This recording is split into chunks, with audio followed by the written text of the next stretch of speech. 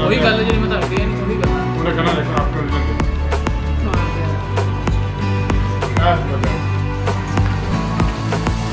ਕਿਹਦਾ ਰੇਟ ਜੀ 60 ਦਾ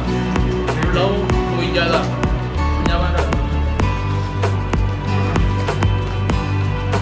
ਭਾਈ ਸਹੀ 60 ਦਾ ਇਹ ਲੈ ਕੇ 52 ਦਾ ਲਓ 52 ਦਾ 50 ਦਾ ਦੋ ਚਾਰ ਦਿਨ ਹੋਰ ਚਲਾ ਲਓ ਤੇ ਲਿਖ ਲਾਂ ਜਸਟ ਬੋਕਸ ਓਪਨ केबल विच है ना केबल वहां घुमा दो उसका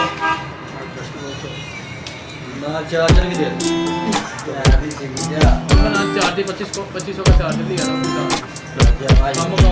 का 10 30